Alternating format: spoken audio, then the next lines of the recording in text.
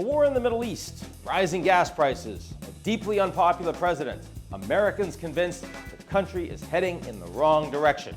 I am, of course, talking about 1976. That's the last time the U.S. celebrated a major birthday, its bicentennial, and America was coming out of one of the most turbulent decades in its history.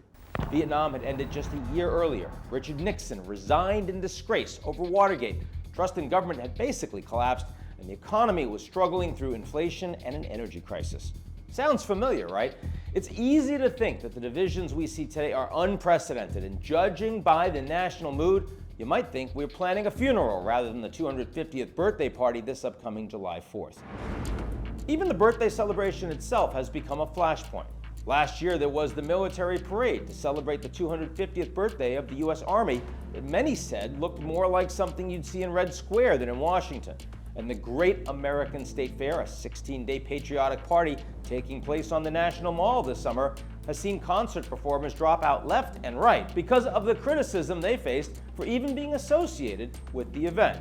And there are even two competing organizations trying to plan the whole thing. There's America 250, the official bipartisan congressional commission, and then there's Freedom 250, which was created by Trump himself with public and private funding. Yes, the America of 2026 has plenty of problems, but compared to our last big celebration, is the country actually worse off?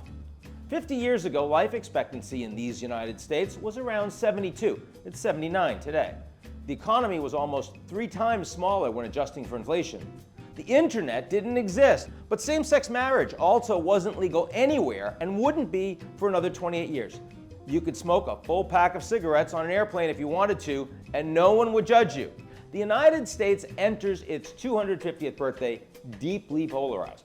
Trust in government remains near historic lows, and confidence in Congress, the media, other institutions too, continues to decline. Americans disagree not only about policy, but increasingly about basic facts. But it's also true that the country reaching this milestone is wealthier, it's healthier, it's safer, and even more inclusive than half a century ago. And as the United States celebrates its 250th birthday, we don't know what the country will look like when it celebrates its 300th. Maybe historians will look back on this period as the beginning of a long decline. Maybe. Or maybe they could see another familiar chapter in American history.